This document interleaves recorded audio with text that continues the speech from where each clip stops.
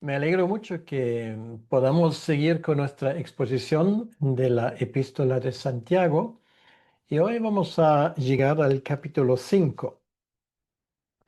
Santiago, como ya nos hemos dado cuenta, habla de una forma muy directa y muy práctica. Y nos damos cuenta que él habla de temas que no solamente en la iglesia primitiva eran de mucho interés, sino que también nos atañen a nosotros hasta el día de hoy. Hemos hablado de temas como la falta de sabiduría, el tema de la lengua. Hemos hablado de cómo manejar la vida en circunstancias adversas, cómo manejar momentos de dificultad. Y hoy, en el capítulo 5, tenemos un pasaje donde él se dirige directamente a personas que muy probablemente no forman parte de la iglesia, pero que de alguna manera tenían que ver con los miembros de la iglesia. Él los llama aquí los ricos. Ese término hay que entenderlo porque la Biblia, por definición, no está en contra de los ricos.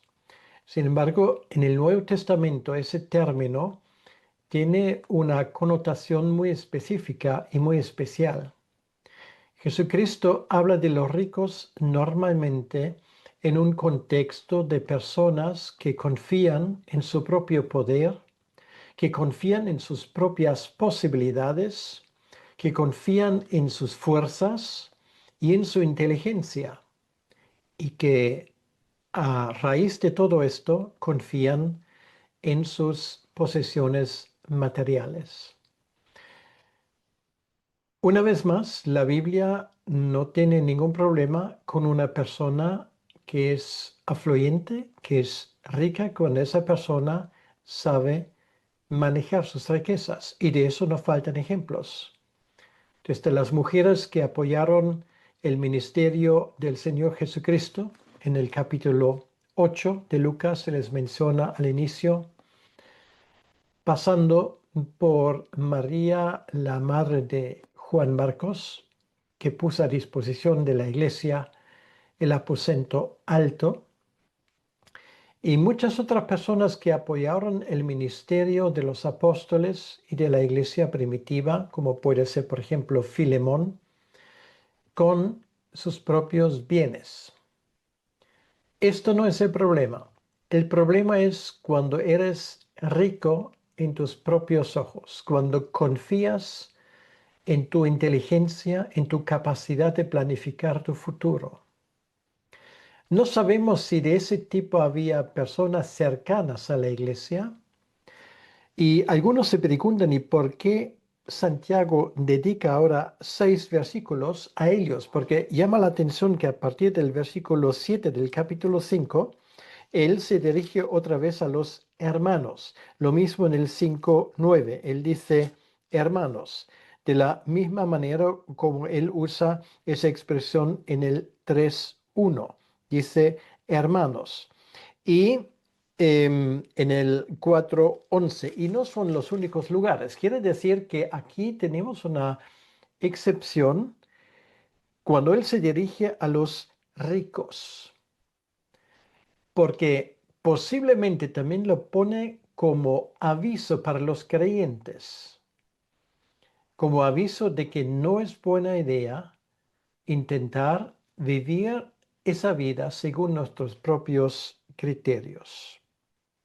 Por lo tanto, y antes de leer el texto correspondiente, me gustaría simplemente avisarles del título de este mensaje y es Aviso a los ricos.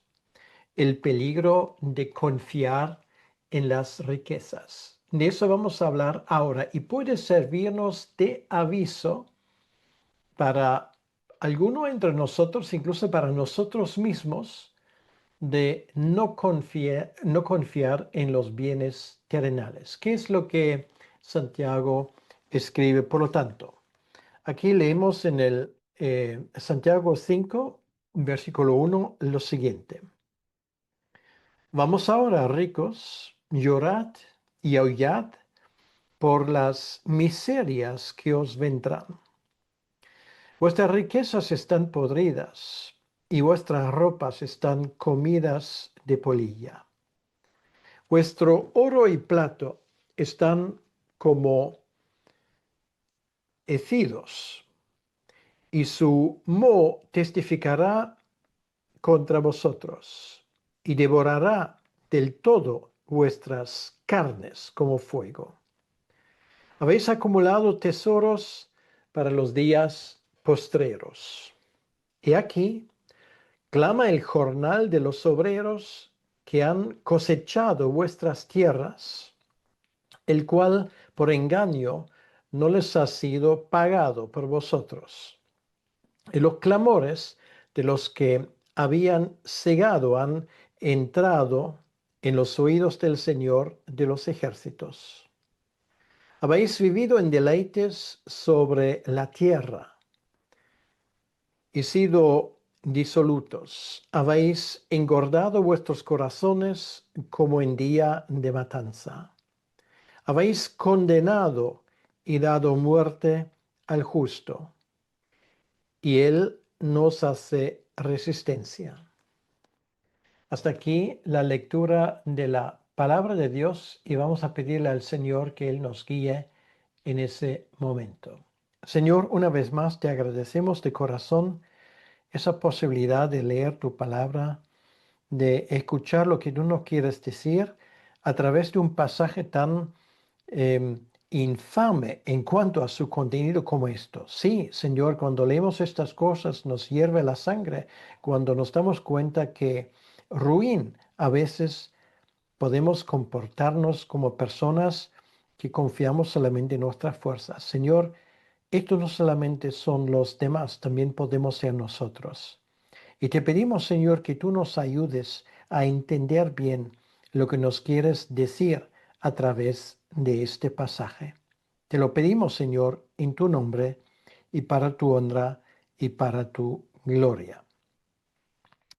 Bien, en primer lugar, ahora vamos a hablar, y como siempre vamos a seguir el texto, vamos a hablar del juicio sobre ese grupo de personas. O sea, lo primero que aprendemos es lo que Dios ahora dice, ¿qué pasa con personas que viven como si Dios no existiera? Aquí llamado los ricos, y acaba de explicar el significado de ese término. Igual que lo hemos leído, por ejemplo, en el Sermón del Monte, aquí la idea es que lo que les espera a una persona que tiene ese enfoque no es nada bueno. Por lo tanto, la reacción debería ser ya ahora el llorar y el aullar por las miserias que vendrán por encima.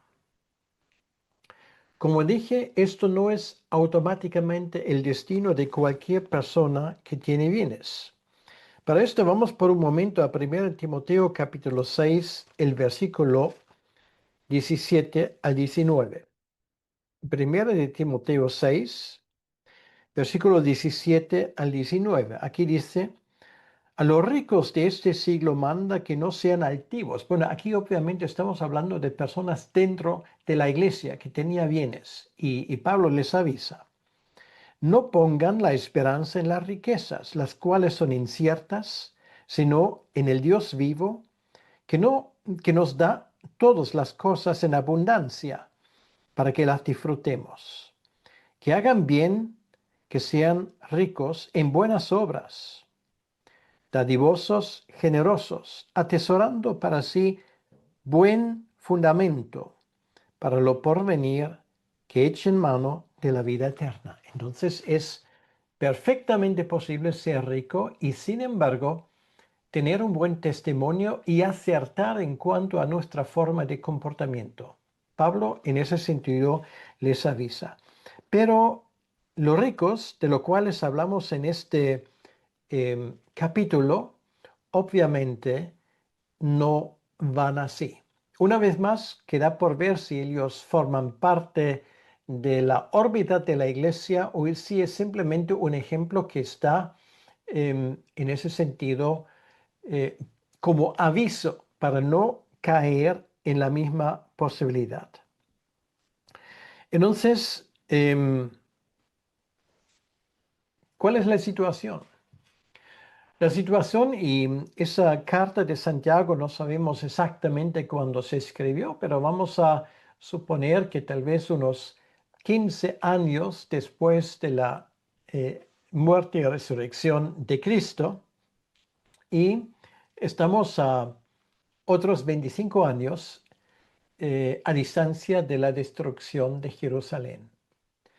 Entonces, estamos en este periodo de transición, estos 40 años, entre la muerte y la resurrección de Jesucristo y la destrucción de Jerusalén, que es esa época donde se desarrollan los acontecimientos del Nuevo Testamento. Entonces, ¿qué ocurre? Es un tiempo de transición hacia dónde? De transición hacia el final de lo que conocemos como el Antiguo Testamento. La religión de Moisés, como se suele decir, el Antiguo Testamento sigue siendo el fundamento del Nuevo Testamento, pero el cumplimiento del Antiguo Testamento es Cristo. Por lo tanto, el antiguo régimen, para decirlo así, el antiguo pacto está terminando. Y por lo tanto, una fe sin Cristo, el resucitado, que murió por los pecados de aquellos que creen en Él, es simplemente una comunidad sectaria. Y por lo tanto, el judaísmo, que no acepta y no quiere saber nada de Cristo, se va a convertir en esto, simplemente en una secta, como es hasta el día de hoy. Es una fe sin sacrificios, una fe sin Mesías, es una fe sin templo y sin sacerdotes, que está buscando su identidad y no lo encuentra. ¿Por qué? Porque la única forma de rescatarse a sí mismo en ese sentido y justificar su existencia es encontrando a Cristo. Esto Pablo lo expresa perfectamente en Romanos capítulo 9 hasta el capítulo 11. Por lo tanto, ahora confiar, y estamos hablando, no hay que olvidarlo, de la zona de Jerusalén y de la zona de Judea. Es donde Santiago sirve fielmente como anciano en la iglesia. Santiago en ese sentido aparece por última vez en el capítulo 15, donde él dirige el famoso concilio de Jerusalén. Esto es su tarea. Él está en ese contexto. Entonces, si tú eres rico en Jerusalén y te jactas de tus bienes, de tus posibilidades, que sepas una cosa, te quedan 2 telediarios. Quiere decir, allí en el año 45 sería precisamente unos 25 años más. Entonces, cualquier posesión que tú tienes, que sean casas o que sea el oro que has depositado en la caja fuerte del templo, será hollado y robado y destruido por los romanos. Por lo tanto, si tú confías en tu riqueza, si tú confías siendo judío en la continuidad de tu fe, apuestas por el caballo equivocado y al final te vas a quedar sin nada. Tú sí, ahora puedes ser muy soberbio, muy orgulloso. Incluso puedes despreciar a esa secta, como tú lo llamas, de los del camino. Esto era como los primeros cristianos eran conocidos, pero que sepas una cosa. Toda tu arrogancia al final va a quedar en nada. Y la tragedia de mucha gente que tenía conocimiento del Evangelio, pero por razones de su bienestar, de sus posesiones materiales, no querían seguir a Cristo, no querían vender esto a tiempo, como lo hacía la iglesia primitiva, haciendo realmente algo muy inteligente. entonces al final te vas a quedar sin nada, sin posesiones, pero tampoco sin vida eterna. No vas a tener nada en ese mundo y en el mundo que viene tampoco. Vas a estar delante de Dios con las manos vacíos. Entonces, esto es lo primero, que se sepa. Y bueno, ese primer punto, ese versículo 1, lo vamos a decirlo y definirlo muy claramente. Si tú confías, y me da igual si me escuchas ahora, si te entiendes como creyente o como persona que no cree, te lo digo muy claramente, de la misma manera como lo dice Santiago aquí, que llegará el momento cuando te darás cuenta que toda tu riqueza, todo lo que tú has amasado de fortunas, incluso todo lo que tú te has currado como tú crees con tu propia inteligencia, con tu propia sabiduría, con el sudor de tu frente, todo esto se te va a ir de las manos. El que confía en la riqueza, en el poder del dinero y en el poder de sus posesiones, al final se va a quedar defraudado. Pierdes todo lo que has tenido aquí en esta vida y estarás delante de Dios con las manos vacías. Una estrategia muy poca inteligente. Y esto nos lleva al segundo punto, porque las consecuencias de esa actitud que finalmente lleva al juicio de esas personas lo describen los versículos 2 y 3. Aquí Santiago, que es obviamente conocedor de esa tragedia, pues entra en más detalles. Dice, vuestras riquezas están podridas. Bueno, cuando dice están podridas, en el momento cuando él lo escribe, no, ¿vale? Esto es lo que exegéticamente se llama un perfecto profético, ¿vale? Lo cual quiere decir que él habla en el pasado como si esto ya hubiese pasado. Pero realmente él habla del futuro, él habla del momento, cuando esto pierde su valor. Entonces, vuestras riquezas están podridas, estarán podridas. Y ahora, aunque aún están en vuestras manos, ya tienen fecha de caducidad.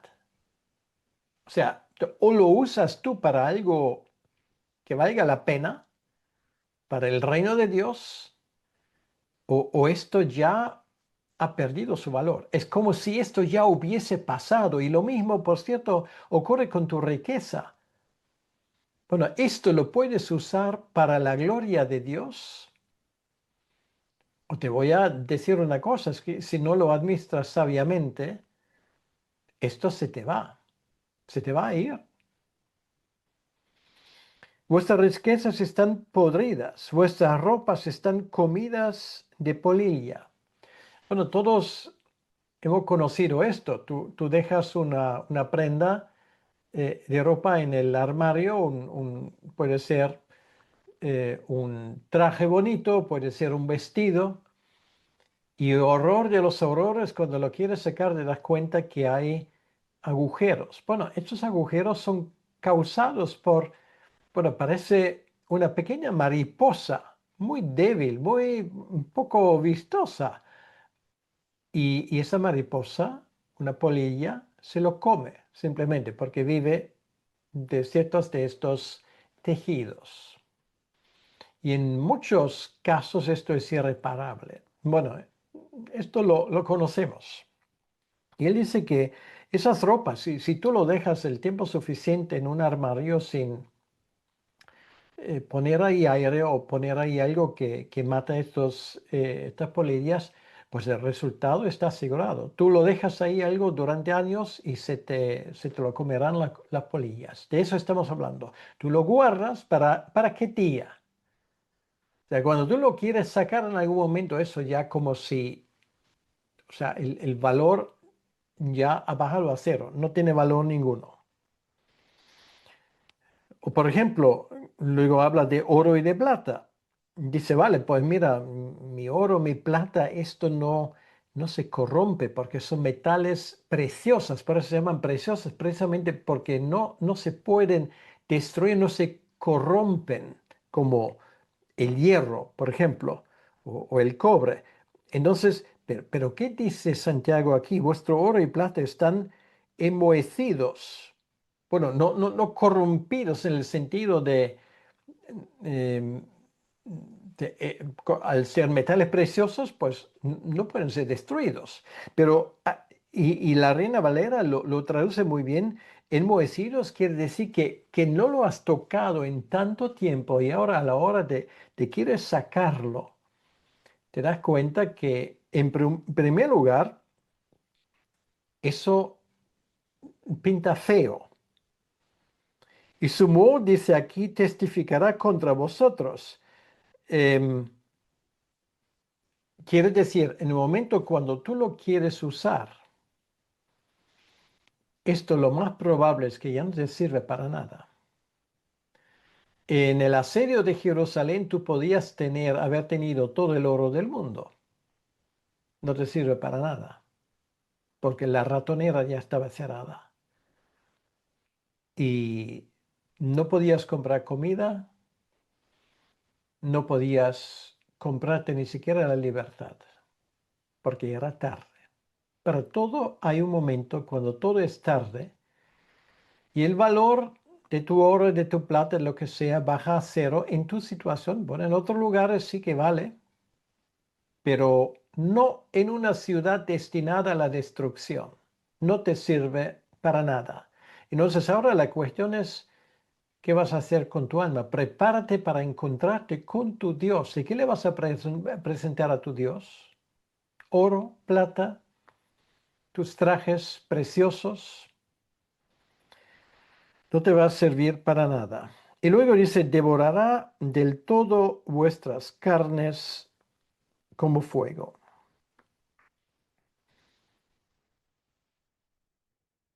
Esto es una frase muy fuerte. Esto quiere decir que estos tesoros se dirigen contra vosotros. En su momento hubieses podido hacer algo que valga la pena. Podrías haberlo donado a la iglesia. Podrías haber apoyado algún proyecto que realmente valga la pena y que testifica el evangelio en ese mundo perdido. Podrías haber hecho mil cosas. Por lo menos podrías haberlo dado a un hijo, una hija o hijos e hijas que realmente sepan hacer algo bueno con esto. Pero lo has amasado y ahora está sin uso. Y esto se vuelve contra ti, es como si esto te quemase vivo, porque te das cuenta, todo lo que has invertido, todas tus inversiones en ese momento ya no te sirven. Y esto es terrible cuando llegas a ese momento, que todo lo que yo apreciaba y pensaba que en algún momento me serviría, te das cuenta ahora que no te sirve para nada y te quema por dentro. Habéis acumulado tesoros para los días postreros. Los días postreros, aquí está, podría haber dicho, habéis acumulado tesoros para el día de la destrucción de tu propia ciudad. Esto es lo que Santiago dice. Ahora, bien, tú me dirás, si Jerusalén tiene fecha de caducidad y tú amasas una fortuna para el agosto del año 70, entonces ¿para qué te sirve precisamente? Vas a morir o por la espada o por fuego o por hambre. Todo lo que llamas tus bienes ya no te sirven. Y esto es lo que Santiago aquí dice. Esto es realmente son las consecuencias de esa actitud egoísta y materialista. Las riquezas humanas sí tienen un fin en este mundo. Tú puedes usarlo con inteligencia, pero no te vas a llevar nada. Y si tú crees que tal vez en un momento, cuando ya la cuestión es sobrevivir o no sobrevivir, en una situación tan dramática como la destrucción de Jerusalén, todo esto ya no te sirve. Deberías haber escuchado a lo que dice Jesucristo y deberías haberte unido a la iglesia para huir de Jerusalén. Entonces sí, te podrías haber llevado por lo menos algo de tu oro, de tu plata. Tus inmuebles, desde luego no, pero podrías haberlo vendido antes, como lo hicieron muchos, y dando el dinero a los apóstoles. Así hubieses contribuido al crecimiento de la iglesia. ¿Te das cuenta? Nuestra forma muchas veces de plantearnos el futuro simplemente no toman en cuenta que tú no puedes transferir dinero en metálico a la otra vida. Lo que sí que puedes hacer es usar ese dinero ahora para que sirva y para que sea una bendición para mucha gente, ahora mismo. Entonces, en los versículos 4 al 6, finalmente tenemos las acusaciones concretas. Ese tipo de actitud se demuestra por lo menos en tres áreas. Y de eso Santiago está hablando ahora. Dice en el versículo 4, he aquí clama el jornal de los obreros que han cosechado vuestras tierras, el cual por engaño no les ha sido pagado por vosotros. Y los clamores de los que habían cegado han entrado en los oídos del Señor de los ejércitos. En primer lugar, esto habla de fraude. Esas personas no tenían inconveniente en ese caso, auténticamente engañar a sus propios empleados, a los jornaleros. Ellos les habían prometido una paga y sin embargo no habían cumplido. Hay un versículo en el Antiguo Testamento, en Deuteronomio 24, 14 y 15. Deuteronomio 24, 14 y 15, que dice lo siguiente. No oprimirás al jornalero pobre y menesteroso, ya sea de tus hermanos o de los extranjeros que habitan en tu tierra, dentro de tus ciudades. En el día le darás su jornal y no se pondrá el sol sin dárselo, pues es pobre y con él sustenta su vida, para que no clame contra ti a Yahvé y sea en ti pecado. Entonces aquí da igual si este es un hermano en la fe o si esto es alguien, un extranjero, pues alguien que ni siquiera cree en tu Dios. Ahora, si tú engañas a esa gente, normalmente el jornal, como sabemos de la lectura del Nuevo Testamento, era una moneda de plata al día. Era, si tú trabajabas con un día libre, que era el Shabbat, vamos a decir 27, 26 días al mes, pues estos casi 30 monedas de plata, esto era lo que mensualmente tú podías ganar, pero se te pagaba todos los días, o sea, al final del día tú recibías esto. Y a veces, pues esto dice, no, hoy no te voy a pagar porque no he podido sacar el dinero del banco, pues te lo pagaré mañana, te pagaré el mes que viene. Ese tipo de comportamiento, por la razón que sea, es un fraude. Y si tú no pagas a las personas a las cuales tú has prometido una paga y da igual cuál es tu situación, porque puedes decir, bueno, lo siento mucho, pero yo ahora estoy en un aprieto, da igual habértelo pensado antes. Tú tienes una obligación de pagar, entonces paga. Y no uses pretextos para no hacerlo. Como creyentes, tenemos la obligación de cumplir con lo pactado en las condiciones pactadas, a la hora convenida y el precio acordado. tómalo muy en serio. Y si por la razón que sea no puedes pagarlo en el momento, si realmente hay fuerza mayor, entonces págaselo con intereses. Pero hay que cumplir. Esa gente no lo hizo. Ellos tenían el fruto del trabajo de esa gente, que era el trigo. Lo vendieron, por supuesto, recibieron plata a cambio, y sin embargo no se lo entregaron a los obreros. ¿Y qué hacen los obreros?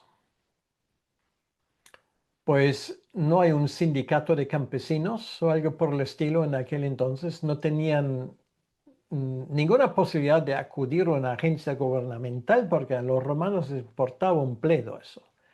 No había policía. Podían haber acudido a un juez, pero ¿qué haces tú como jornalero denunciando una persona rica? En aquel entonces no te sirvió para nada, de la misma manera como tampoco hoy te sirve. Los tiempos no han cambiado tanto.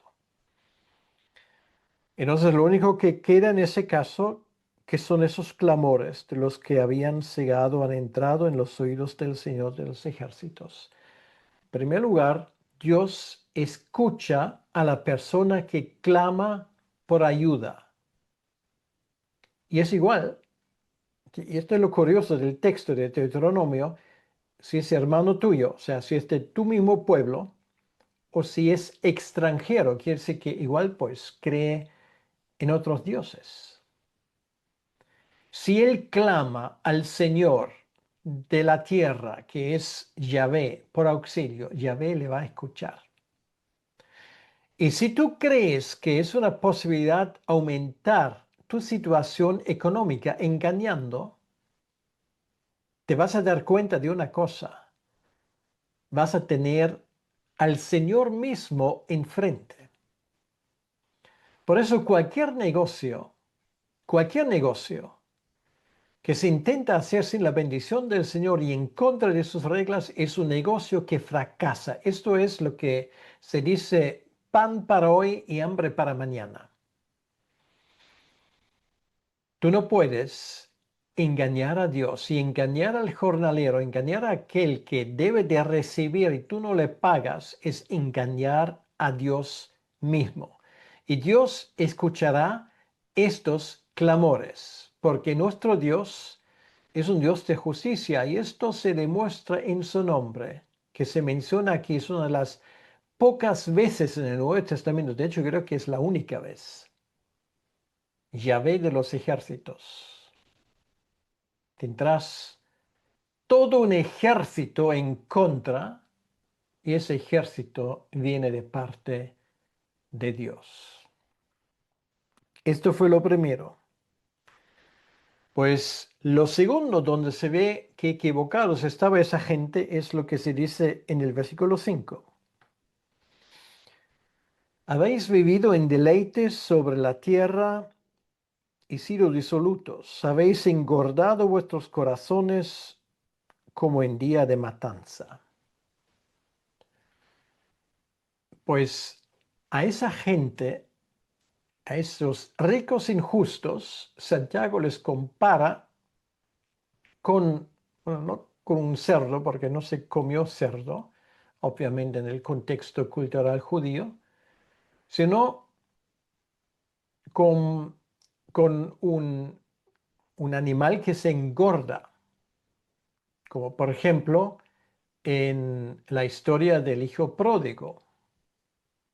Allí tenemos una vaquilla que se había engordado para un momento, para el momento de la matanza.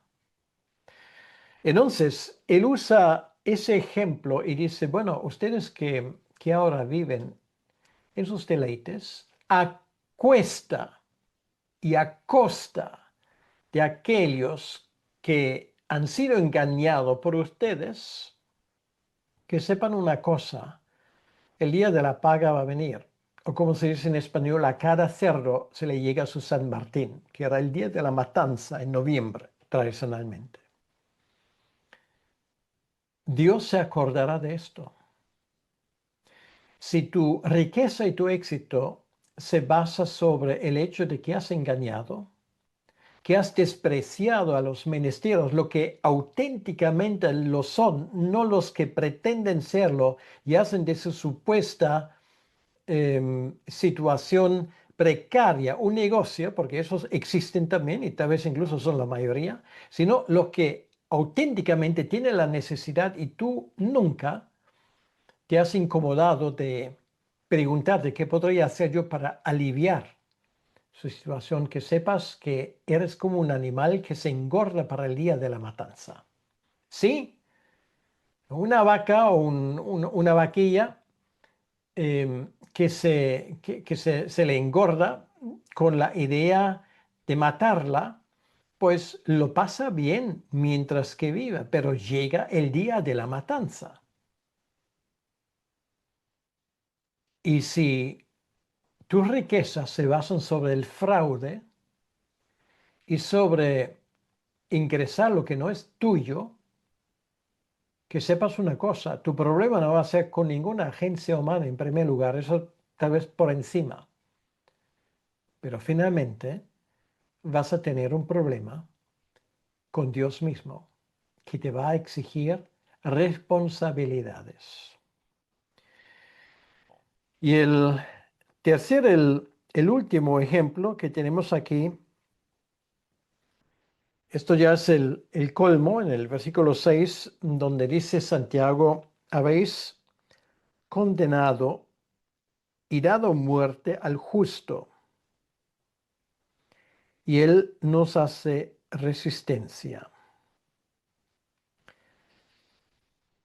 Esto bien podría haber sido o podría sido una indirecta en cuanto a quién llevó a Cristo a la cruz. Es posible que esto en primer lugar hable de Cristo. Habéis condenado y dado muerte al justo. Puede que esto sea una referencia a Cristo, porque ¿quién lo entregó? No los pobres, sino la gente influyente, los sumos sacerdotes, Anas, el antiguo, y Caifás, el actual, los sacerdotes, los escribas, los fariseos, las personas que colaboraron con los romanos, y todos ellos tenían una cosa en común. Eran ricos y sostenían el poder. Y su lema era, no queremos que éste reine sobre nosotros. Ellos estaban en contra del ungido de Dios.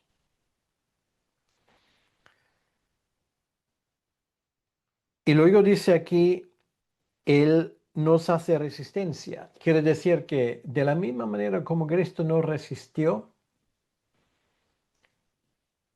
como sus seguidores, nosotros tampoco lo hacemos. Esto es lo que ocurre hasta en nuestros días. Creyentes que mueren de forma injusta por manos de gente injusta como mártires, no ofreciendo resistencia, salvo las palabras que dicen. Y esto es algo que prevalece en el mundo hasta el día de hoy. Los justos, los que sufren bajo este régimen de injusticia, como lo estamos leyendo aquí, de gente poderosa que confía en sus bienes, es gente que muchas veces muere y nadie se da cuenta de ello. Porque no llaman a nadie a las armas, porque no mueren matando, sino porque aceptan lo inevitable de parte de Dios, pero su sangre clama al Señor y será el Señor quien los vengará. Y esto es la razón porque en 2000 años de persecución de iglesia, todos los que se han levantado, y da igual de qué campo vienen, todos lo han pagado carísimo.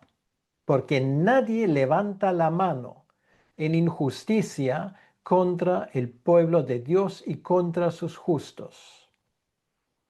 Porque sus obras y su justicia clamará al Señor y será el Señor quien se encargará de vindicarles. Ahora, esto, que sepas una cosa, y ahora vamos a decirlo de otra manera, si tú estás en esa situación, yo he conocido muchas veces gente que me ha venido a veces, bueno, casi llorando y diciendo, mira, mi jefe me debe meses de salario. Yo he conocido casos donde esto era más que un salario anual y no puedo hacer nada.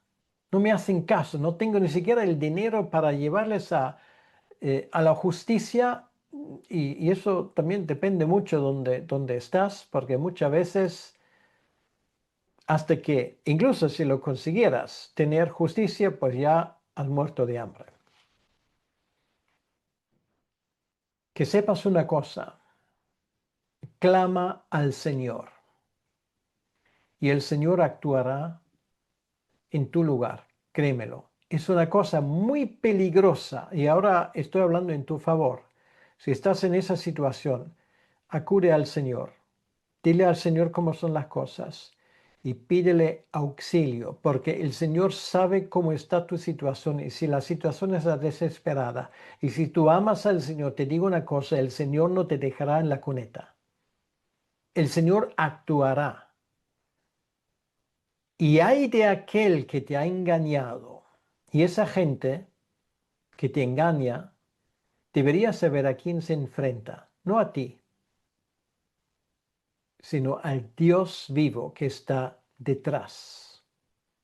Por lo tanto, todos aquellos que se saltan cualquier decencia humana la torera, y da igual a qué nivel, si es empresarial o estatal, que sepan una cosa, que van a vérselas con Dios en algún momento, y esto será un momento terrible.